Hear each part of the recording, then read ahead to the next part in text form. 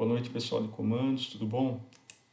Vamos hoje para a aula 7, que diz respeito a diagrama de comandos. Vamos falar um pouquinho de simbologia e de diagramas elétricos, o conceito básico dos dois, ok? Vamos lá. Bom, simbologia, pessoal. Simbologia, ela tem por objetivo o quê?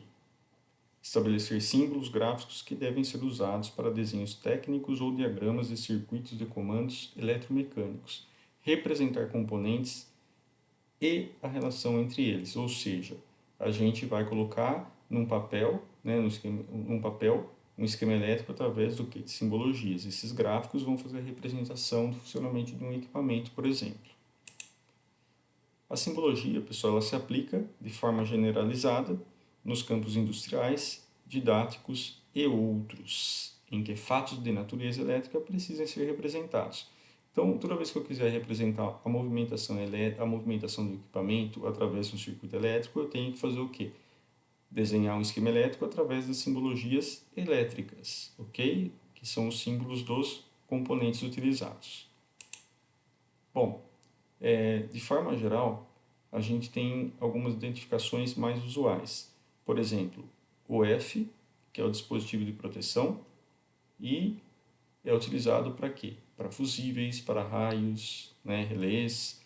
Então, o que eu estou querendo dizer aqui nessa tabela? É que, além do desenho do componente, a gente utiliza também uma letra para representar esse componente.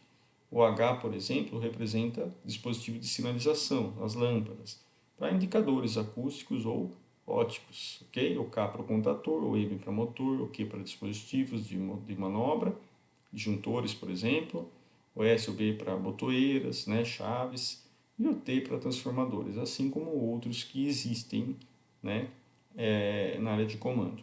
Ok? Então, toda vez que eu desenhar um contator, simbologia de um contator, eu vou ter que representar ele com a letra K. Se ele for contator 1, ele vai ser o K1. Se ele for contador 2, ele vai ser o K2. Perfeito?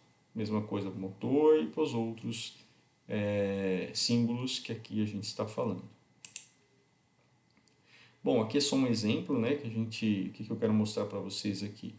Que existem várias normas, a BNT, DIN, ANSI, GIS, IEC, e cada uma delas tem uma forma de representação. Por exemplo, a BNT representa a bobina eletromagnética dessa forma, com esse desenho.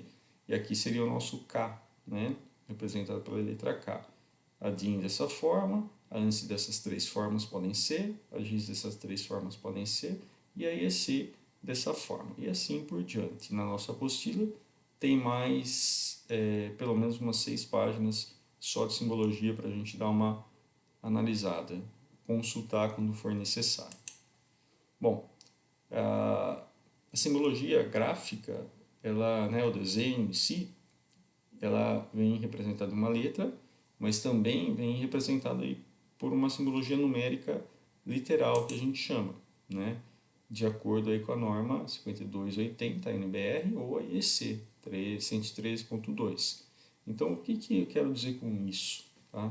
Eu quero dizer da seguinte forma, que, por exemplo, a numeração dos contatos que representam os terminais de força é feita da seguinte forma. O 135, circuito de entrada e linha. Então, além do desenho, eu vou ter também a numeração. Nesse caso aqui, imagina um contator com a entrada 135, que é o circuito de entrada, onde a gente alimenta com RST. E aqui a saída do RST vai sair pelo 2, 4 e 6 e vai para o motor. Então é isso que eu quero dizer com essa apresentação. É que além dos desenhos, a gente também tem uma representação, uma simbologia numérica, assim como a letra que acompanha. Bom, os contatos auxiliares seguem da seguinte forma. 1 e 2 representa contato normalmente fechado. O 1 entrada e o 2 saída. 3 e 4, contatos normalmente aberto, sendo 3 a entrada e 4 a saída.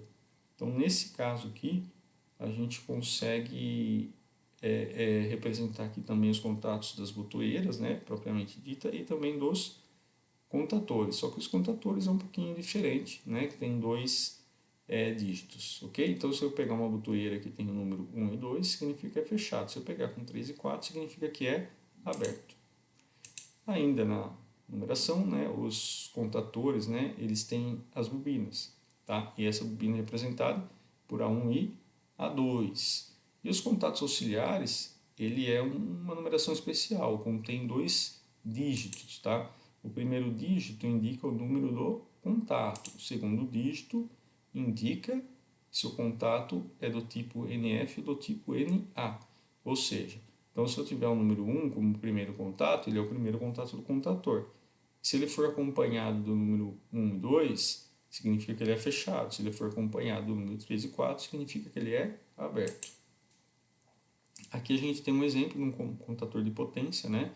Contator principal. A gente tem aqui a simbologia da bobina, representado pelo símbolo, né? Pelo o desenho gráfico, A1 e A2, que são as letras que representam, e o 1, 3, 5 é a entrada dos contatos principais, o 2, 4, 6 é a saída dos contatos principais. Ele é composto também aqui por 2 contatos auxiliares, um normalmente aberto, como mostra o desenho, e um normalmente fechado, como mostra, né, outro desenho. A gente já viu esse esquema aqui lá em contatores. E aqui a numeração. O 1 é porque ele é o primeiro contato auxiliar, e o 3 e 4 significa que ele é aberto. E a simbologia mostra. Aqui é o segundo contato, veja, contato 1, contato 2. E aqui o 1 e 2 representa que ele é um contato fechado, é o segundo contato fechado do contator. Aqui uma representação, né, de um contator auxiliar, que só tem contatos auxiliares, tem 4 contatos, veja bem, 1, 2, 3, 4 contatos auxiliares abertos e 1, 2 contatos fechados. Como que eu sei? Através da identificação da simbologia e também da identificação numérica, se for 3 e 4 abertos, se for 1 e 2 é fechado. Bom, entremos agora um pouquinho, né, na parte de diagrama elétrico. Bom, se a gente for descrever o que é o diagrama elétrico, a gente descreve da seguinte forma. Os diagramas elétricos de comandos são desenhos que representam o funcionamento do equipamento ou máquina. Então, a gente vai desenhando uma determinada lógica que representa o funcionamento elétrico de um equipamento, por exemplo. Tá? Bom, com a forma de representação do desenho aplicado através de simbologias específicas de dispositivos, é possível informar como será o funcionamento do equipamento ou máquina. A movimentação ou ações desses equipamentos é o resultado da combinação do funcionamento de dispositivos elétricos inseridos de forma lógica. Então, no esquema elétrico, a gente coloca os componentes, representa os componentes numa sequência lógica para que haja o funcionamento do equipamento, uma movimentação de uma máquina, por exemplo. Os diagramas elétricos são representados de 2 modelos, o qual chamamos de diagrama unifilar e diagrama multifilar. Veja, esse é o nosso diagrama unifilar, ele representa de uma forma mais simplificada toda a lógica do circuito, ok? Aqui tem a teoria dele, né? É a representação simplificada de um circuito, no qual são exibidos linhas e símbolos específicos. Essas linhas representam os condutores e sobre eles é indicada a quantidade desses condutores em forma de traços verticais oblíquos que interligam os componentes de um determinado circuito. Aqui a gente tem o diagrama unifilar, eles já mostram, né, todas as linhas, todas as interligações do circuito. Aqui a teoria é o esquema que representa todo o circuito elétrico, isto é, o componente, todos os condutores e ligações entre eles. Este é o esquema que descreve a forma como é ligado qualquer aparelho, de modo a facilitar a execução prática. Bom, alguns conceitos básicos para a gente entender um pouquinho melhor. Contato normalmente aberto, NA. Não existe passagem de corrente. Veja, o contato está aberto, não tem passagem de corrente, a carga não liga.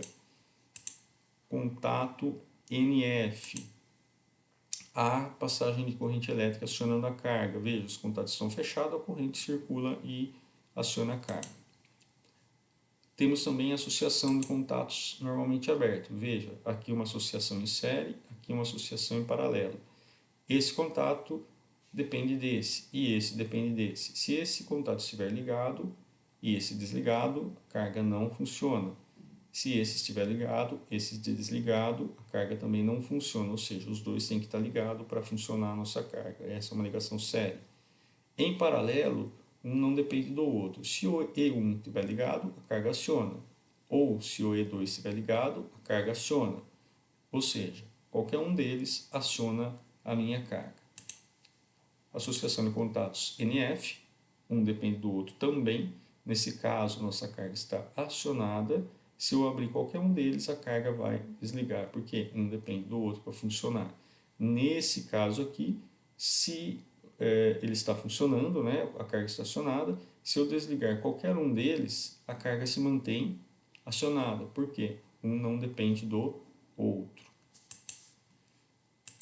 Contato de selo também é importante a gente saber, né? Teoria do contato de selo.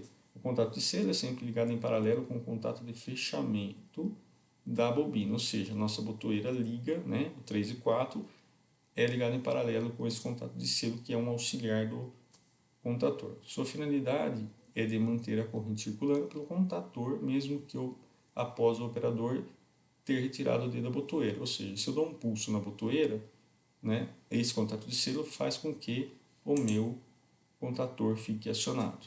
Veja bem, se eu der um pulso aqui, eu vou no S1, eu vou acionar o K1. Consequentemente, K1 aqui vai fechar e o circuito se mantém alimentado pelo K1 mesmo eu soltando o dedo de S1. Essa é a teoria do contato de selo. Bom, intertravamento também é um pouquinho importante a gente saber, né? Reparem que eu tenho K2 na linha de K1 e K1 na linha de K2. Ou seja, quando o K2 está acionado, eu não consigo acionar o K1. Por quê? Quando eu aciono o K2, aqui abre e eu não consigo alimentar K1. E vice-versa, quando o K1 estiver acionado, esse cara aqui vai abrir e eu tenho K2 não podendo ser acionado. Então, é um sistema de segurança, é um intertravamento. Aqui é a teoria dele, né? Processo de ligação entre os contatos auxiliares de vários dispositivos, pelo qual as posições de operação destes dispositivos são dependentes umas das outras, através do intertravamento. Evita-se a ligação de certos dispositivos antes que outros permitam sua ligação. E, novamente, é um sistema de segurança.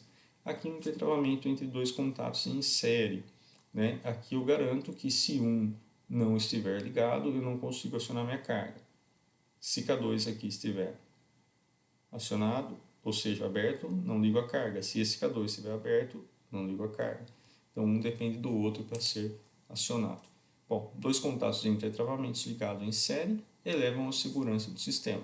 Esses devem ser utilizados quando acionados em cargas com alta corrente, para garantir ainda mais a segurança. Bom, por hoje é isso que eu vou estar falando com vocês. Vamos à sequência na próxima aula. Boa noite a todos.